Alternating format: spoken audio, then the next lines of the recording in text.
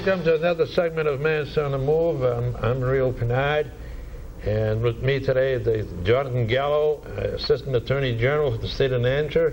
Jonathan. Thank you, Rio. And everybody knows one on my left here, Jeff Zarnik, a retired Master Police Officer and Associate Justice Professor at Essex College. Did I get that right? You got all in one breath, too. Nice. Jonathan, why don't you tell the people again, as I always open the show, is, let the people know who you are, because there's a lot of people that don't watch this show and they're new. Sure. I'm an Assistant Attorney General with the Criminal Justice Bureau, and one of the things I deal with is cybercrime, internet crime, with the Attorney General's office. So that's why I'm here today. Jeff? Yes. Besides being the next police officer? Well, when I retired from the Manchester Police Department the last 3 years and change, my assignment was to cover all the crimes and incidents that occurred against the elderly here in the city of Manchester as a Senior Services Unit Officer / Detective. And I retired, and I'm teaching full-time in the Criminal Justice Program at Hester College, and still have my hands in the mix with respect to an ongoing study commission up north, where we have the mandate to study financial exploitation of the elderly here in the state of New Hampshire, and we're moving along with great progress right now. I'm glad to have the two of you here, because in today's paper, it's been going on around, like Jonathan was telling me earlier, that there's a lot of scam, a lot of fraud going around, and I think this is what today's show is going to be. And I think we'll start with you, Jonathan, and tell the people what the Attorney General Office is doing. You mentioned internet. I think a lot of people don't realize what the internet is doing. Sure, I'd be happy to. Just some statistics. I was looking at some information. The Consumer Sentinel, which is a complaint database maintained by the Federal Trade Commission, reported in 2003 500,000 fraud complaints. And the interesting thing is, last year, 2003, New Hampshire was number 7, according to that survey, in the nation on fraud complaints. Now, I suspect those numbers are a little low because not every crime is reported. Of those fraudulent fraud complaints, about 55% of them are internet related. Internet related meaning they occurred over the internet, or the first contact to the consumer by the party was through the internet. Internet fraud is here to stay. It's been around ever since the internet's been around, but the people doing the defrauding are just thinking of better ways to do it. Like the front page article of the Union Leader, even though that was not a case of internet fraud, it is a scam. It's an old scam, and there's plenty of them. But according to this Consumer Sentinel, the Federal Trade Commission, 55% of fraud complaints are done through the internet now, and that number will rise. Is there a specific group that these people, they go for seniors, or it doesn't matter? And how is that done? To the credit card? How do they get to it? Well, with regard to that, I could let Jeff touch on that as far as the statistics of how many seniors are victimized. I don't know the actual numbers. I know that DEAS did come up with a round figure of something in the vicinity of 203 actual exploitation cases. Now, they can come in any form, okay, any type of any type of individual specific scam, like such as the one that's been highlighted in the paper today. I don't have the actual breakdown of how they're doing it, but suffice to say, with the expansion of the electronic medium such as the internet, assets are at greater risk now on an increasing level, just to speak to what John was saying. So I don't have the exact numbers how much is actually an aggregate total as far as victimization that's occurred, but it's constant. Jonathan, how does the Attorney General Office react to this thing in the paper today, or complaint that you receive from the Better Business people? Sure, I'd be happy to discuss that. We have the Consumer Protection Bureau in the Attorney General's office, which handles a lot of consumer fraud complaints. Specifically with regard to New Hampshire complaints involving internet, according to the Consumer Sentinel, there were 1,461 cases of fraud reported last year. Of those, about 39% were internet related. There is a system called the Internet Fraud Complaint Center, IFCC, which is run by the FBI. The way it works is, if somebody makes a complaint to the Internet Fraud Complaint Center, they can do that online through the FBI. Then the IFCC forwards that complaint to our office, and then we forward it out to the local law enforcement agency that has that jurisdiction. That's how the Attorney General's office handles it. Some of the complaints we handle ourselves if they are big enough and large enough and spread out statewide. Some of them are much smaller complaints, and they'd be handled by the local agency. Now, Jeff, if the chain of command Right. goes to, let's say, the municipal police department, Right. what's the follow-up from the AG to the municipal police department to back to the AG, I guess, right? Well, basically, the merits of the case is determined at that time by the local police department, whether it's Manchester or what have you. Whether there's sufficient enough information for local PD and whether they have the resources or not to actually go after and identify the perpetrator. Our biggest problem with some of these is that they are international. A high volume of these particular complaints emanate out of Canada. So they have it's like any other case, any other crime that's reported to a local agency such as us. If we had one of these, for me, what I would do would be a multi-pronged approach. There may not be criminal closure, we may not get an indictment or an actual arrest, but we look to help the victim secure their assets. Maybe if it's an elder, to involve a family member or an attorney somewhere where we could place some firewall measures or roadblocks to these assets, to maybe restructuring their banking or consolidating their banking and protecting their monies wherever they may be, identify these leaks or these vulnerable points and render the right, the best advice to the actual victim or victims. Oftentimes, our best practice is to involve family to say, look, there's a risk here, we need to minimize it. Jonathan, let's say that how do you go about catching these internet individuals? That's a tough one. That is a tough question because it depends on the type of case. Unfortunately, in New Hampshire, we have many departments that are not capable, don't have the experience like the Manchester Police Department and Jeff here has in handling these types of complaints. So if they get a complaint, a local department oftentimes will say, well, we don't have the resources, we don't know how to do this type of investigation, we're not trained, so it would possibly come back to the Attorney General's office. But in order to investigate these types of cases, it depends on the type of case. You have to look at where the solicitation came from, which means you have to backtrack through, if it's an internet case, you have to backtrack through internet service providers, which can be a complicated process. Sometimes it leads nowhere. Sometimes you hit a brick wall where you can't find out who the particular person is. As Jeff said, sometimes you find out that the person who started the solicitation is out of the country. It all depends on how the case progresses. This is getting complicated. It's very complicated. Now, does the U.S. Attorney get involved in any of this stuff between the Attorney General and the USA's office? Yeah. Yes. I've had great success with him. Mr. Colantuno. Yeah, Colantuno. The United States Attorney here in Concord has been exemplary in this area. He really is. He's placed pretty much a clarion call statewide to all agencies and any stakeholder involved in this issue here to forward the information to them. I was very successful at that, with a number of indictments that they were more than willing to grab onto. And they really weren't concerned with the amount of loss. They were really concerned with the fact that, such as Mr. Colantuno and people that I work with at Manchester PD, we consider the elder the true victim in the whole scheme of things as far as crime in this country and in this state here. Elder persons are the true victim. So they've been, I can't speak enough of the successes that we've had with the USA's office. Well, this is Jonathan, if somebody feels like it just happened to us, we were talking about this thing in the paper today, how does a person detect that? Or like my wife is lucky enough to see this amount. What do they do? What would be the procedure for an individual, a senior, or whatever that, you know what I'm trying to say? Sure. Well, so your audience knows what we're talking about here. The front page of the Union Leader today talked about a company that was doing an automatic debit type of situation from someone's bank account, whereby they get, as you can pay over the phone using your checking account, and it's a one-time debit, and the bank, whomever you're paying has your number, your bank account number. It's unclear in these cases how this particular company, as mentioned by the Union Leader, allegedly got a hold of these bank account numbers. But the problem is once they do that debit from the account, you're not going to find out about it. In your case, your wife won't find out about it until you get your statement. And then you look at it and you say, wait, I didn't authorize a $99 payment to this particular company. And then you call the bank and you have to go and you have to backtrack it.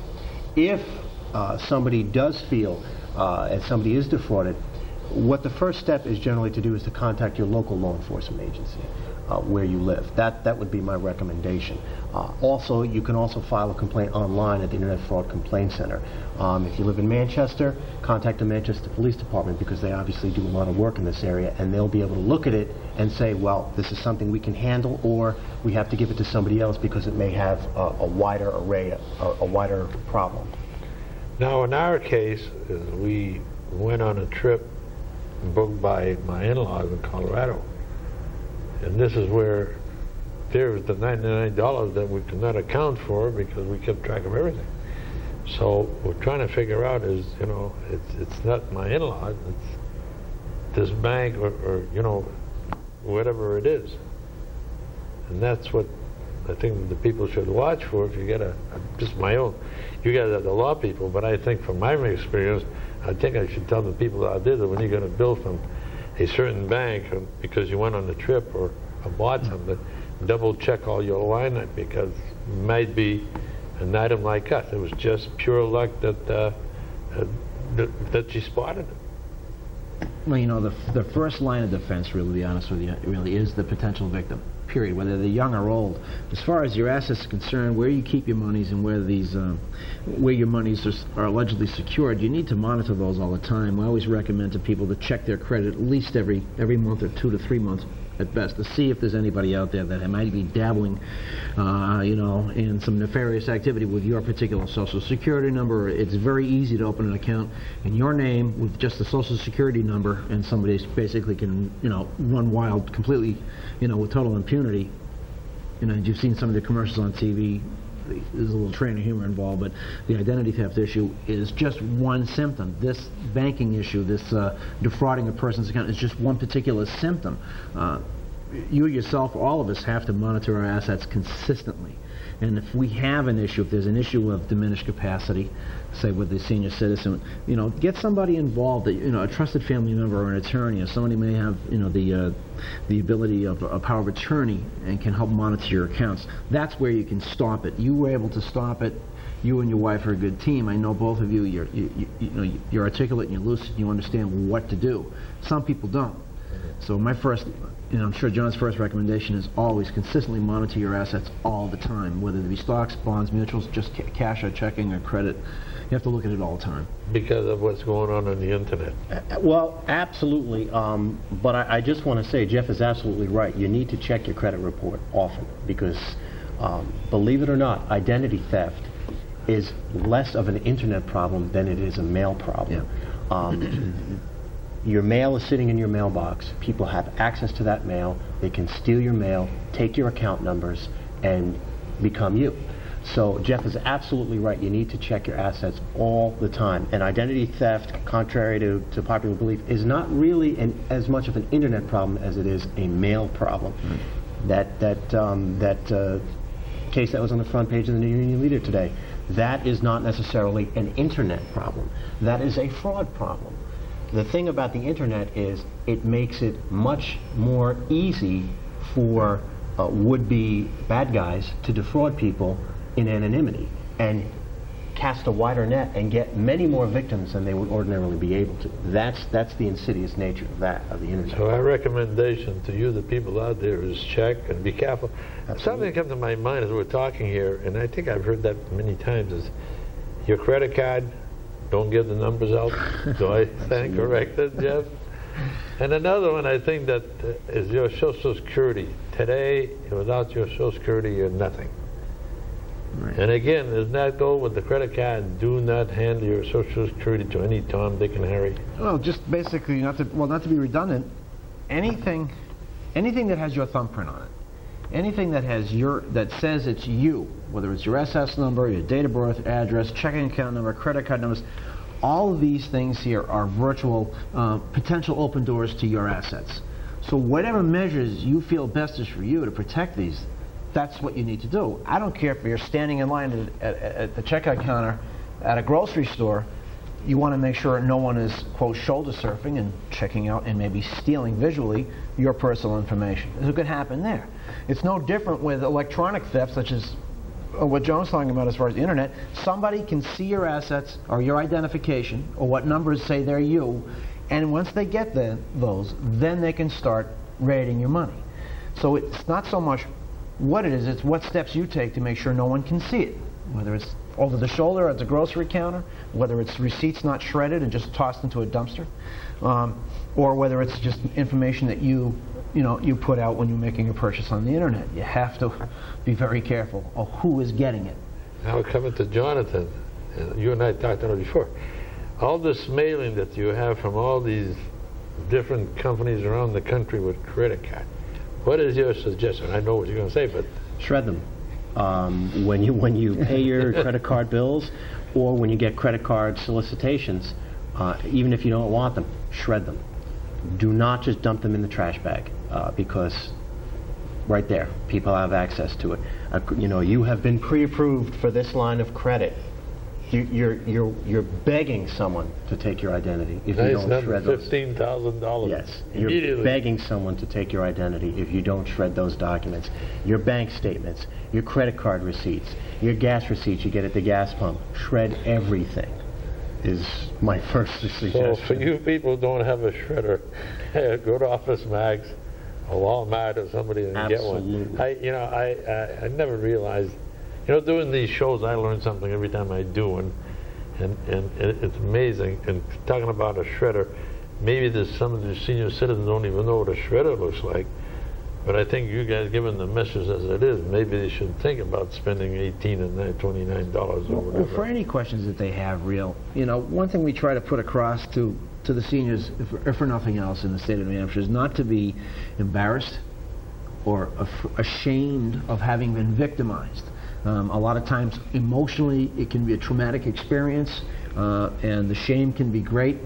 And some victims that we've had that have finally come forward one way or another, basically it's been because their potential embarrassment. They need to understand that this happens a lot, and it happens to a lot of people, young and old. It makes no difference. No one is immune. So if they have this information, if they feel they've been victimized, they really should come forward. They are our best, they're our first line of offense against the perpetrators if they do come forward. They're only helping the bad guys if, in fact, they allow themselves to succumb to that embarrassment and shame. There's no reason to feel that way whatsoever. And if they have questions about those measures they need to take, such as buying a shredder, they can contact the local PDs. If it's Manchester, Officer Jeff Baldock. Call me at Hester College. I'd be more than happy to help, because I feel very, very, like John does, we feel very passionate about this segment of the population. As we're talking about seniors, now you go to the store, you see some young kid, high school kid, or college kids, and what do they have in their pocket but credit card? Do they understand, maybe this is a place to send a message to those kids too, the danger of a credit card? It's the same as a senior, isn't it? It's a financial asset, and regardless if you're 18 or 98, you have to do something to protect it, So and not be overwhelmed by it. And that's another message, I think, that, what do you think, John? Absolutely. If you have a credit card, you're a potential target. I mean, it's an asset, as Jeff said. And I would like to reiterate something Jeff said. It does not matter the amount of the loss. I could tell you about cases where people were defrauded on eBay for $40,000. People have paid hundreds of thousands of dollars to the people who paid $15. Just because the amount isn't that large doesn't mean it's not important. And not only that, there are plenty of cases out there where a person makes a report of a $15 internet fraud, and you investigate, and it turns out that person is not the only one who's been defrauded. It's been 10,000 people across the country in a multi-million-dollar fraud case. So they need to report these things. These need to be reported. And as Jeff said, you're only doing the criminals a favor by not reporting it. May I ask you this, Jonathan, in the legislature, have you got anything in the legislature concerning this particular subject? I know that in this session of the legislature there was some discussion about some bills regarding anti-spam laws and things of that nature, but what I can tell you is Jeff can probably tell you something being that he's on the committee, the Elderly Abuse and Defraud Committee, that you can talk to that. Go ahead. You a minute. I'd love to sell this if you have. Thanks very much for that pitch, because this is something that's near and dear to my heart, as well as all the people that are on this particular commission. It was sponsored by some of your local representatives, like Senator Martell from Manchester, who saw and recognized a need for us to understand the scope, the magnitude of financial exploitation of senior citizens or persons with disabilities or vulnerable people in the state. What it means is that it's, as far as it's being defined, financial exploitation, for those who may not understand it, it's, in simple terms, it's just theft, unauthorized access or theft of monies from persons whom have been entrusted with these monies and their assets, i.e. a family member that takes mom's monies either through trust or what have you. We're completing this. We have to complete the study by November and have a report for the governor at that time. Right now, it would appear that our best practice is going to be just that: to follow other states, what they've been doing, such as the state of Maine and Massachusetts, Michigan, with respect to their unified effort combating this and educating potential victims, training police officers when they come across these types of these incidents to recognize these things as more than just a civil issue, which has been the predominant verdict from police officers. They just don't understand that.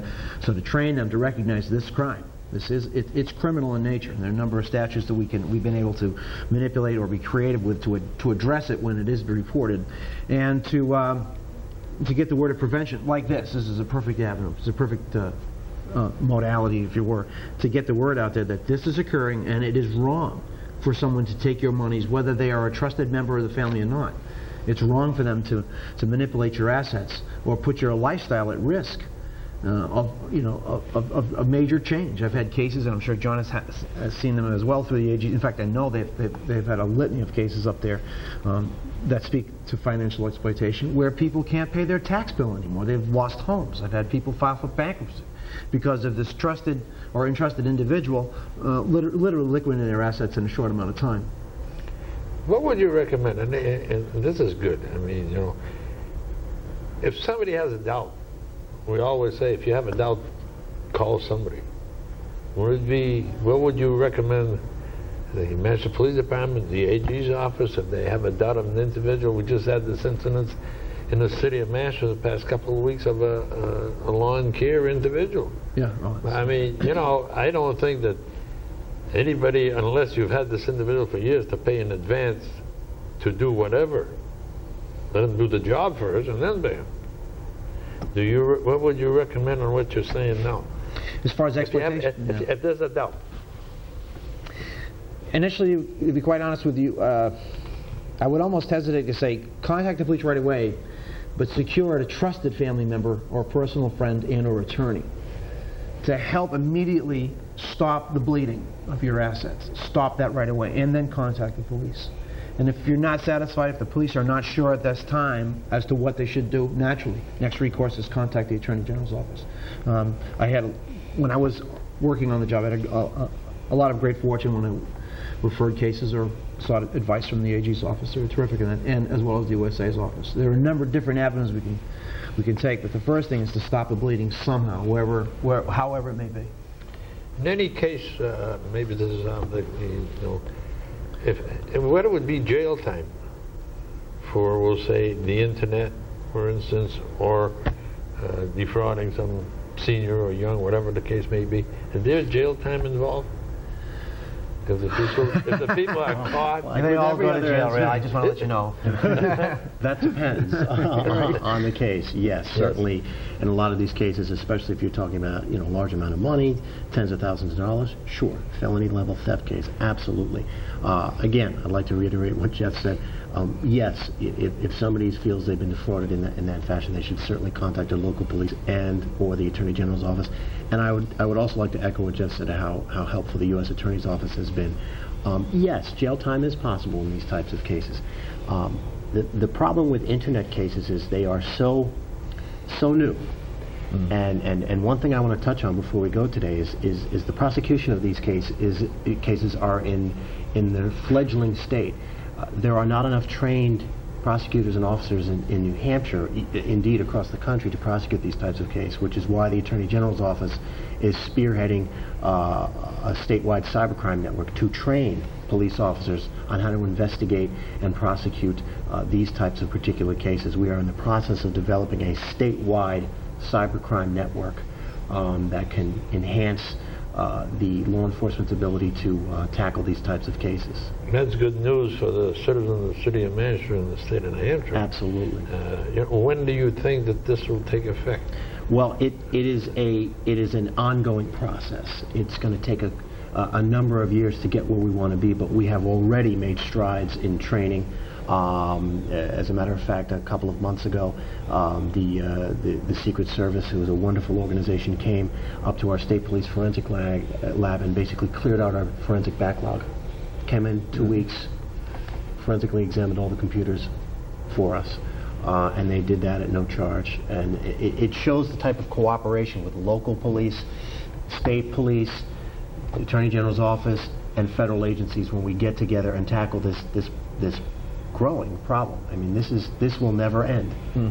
It's out there and it's here to stay, and we have to get a handle on it in New Hampshire. Well, I think that whoever's watching this show and thinking of doing something on the internet better think twice. What do you think? They should, because we're getting better and better at it, aren't we, Jeff? Yes, we are. So what else would you like to add on? Utmost conviction. What else would you like to add on, Jeff? Well, let's put it this way. For any time for a crime to occur, you need three things to happen, right? And this is old school crime prevention stuff. But you need a victim. There's always going to be a bad guy. But the creation of the opportunity really rests with the victim. So if it's a matter of locking your doors, figuratively speaking, on your assets, whether it's protecting yourself by being wise as to what you purchase over the internet, being wise with respect to where your assets are, and do you monitor your bill paying activities? Do you monitor your checking accounts, etc.? Are you mindful of this? That's the area that we really need a lot of redress. We really need the victims at this point in time. You've got some great people on the state. You've got John. You've got people at the AG's office. You have some very zealous local agencies, state and federal, that are ready to pounce on the bad guys that are doing this. And you really can't get much more evil than that, than to defraud a senior. I really don't think you can. But we really need the victims to step up and not be ashamed, not be embarrassed, and start taking a proactive approach to their own personal security, whether it's locking their house, like I said, or securing their financial assets with assistance. Get the help. There's plenty of people out there ready, willing, and able to help. If it's not a family member, you have the Division of Elderly and Adult Services. Tremendous people out there. And your local PDs, your AG's office, we have more than enough advice. We have all the right tools for you. But these people need to avail themselves of the services that are available. Pay attention to you on these programs, for starters, because that's what will minimize, at least offset, the volume that I know John has been seeing, that I have seen, the volume of cases that we're studying now through this particular Financial Exploitation Commission. There's a lot of that out there, but a lot of it has to do, and I don't want to say fault of the victim, but the victims do need to take a stand and start securing themselves. Johnson, so... Jeff is absolutely right. What I like to say is, as far as internet fraud is, don't leave your common sense at the door when you go onto the internet. Nobody at this table would pick up the phone when the phone rings and somebody says, "Hey, I'm calling from your bank. I need to confirm your PIN number and your credit card number, your bank account number." Nobody would do that, or most people would not do that. Don't do it on the internet. Banks don't operate that way. They're not going to solicit you for your, to check your account number, to check your PIN number. Don't leave your common sense at the door when you get out onto the internet. Jonathan, why don't you give the Attorney General's phone number? I think that would be a good idea. Sure. If anybody wants to call about a potential fraud case, they can contact the Criminal Justice Bureau at 271-3671 and be forwarded to the appropriate party. I'd like to thank both of you for being on my show. I think we will do a follow-up on this. I think we're trying to send a message to the seniors and the young ones of the dangers, especially on the internet. Absolutely. God bless America. Amen. Thank you.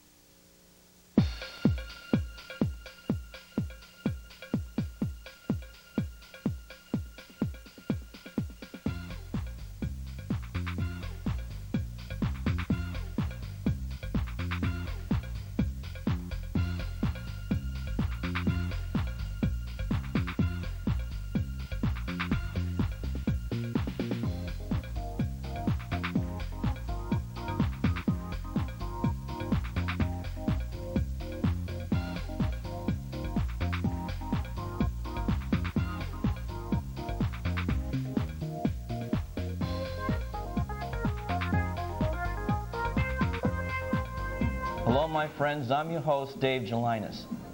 When I contacted the guest that I have on today, that's with me today, I asked him if he'd like to be on the program, and he said, sure, no problem, but I don't know what I'm going to give you for answers. And I said, nothing to worry about, because I don't know what I'm going to ask you for questions. Anyway, my guest first got involved in the American Red Cross as a volunteer when he was a teenager. He studied first aid and CPR. He later went on to become an instructor for the American Red Cross. He became an EMT and later went on to become an instructor in emergency medical technician. He later went on for studies to be a paramedic and holds the distinction of being Derry's very first paramedic. He served in that town for 20 years, 15 of those years as captain of the Derry Ambulance Department. Today he has a second career. He is a funeral director, owns a funeral home in the town of Somersworth, Bernier Funeral Home. And I have known this guy all my life because my guest today is my twin brother, Donald Gelinas. How you doing, Dave? It was good.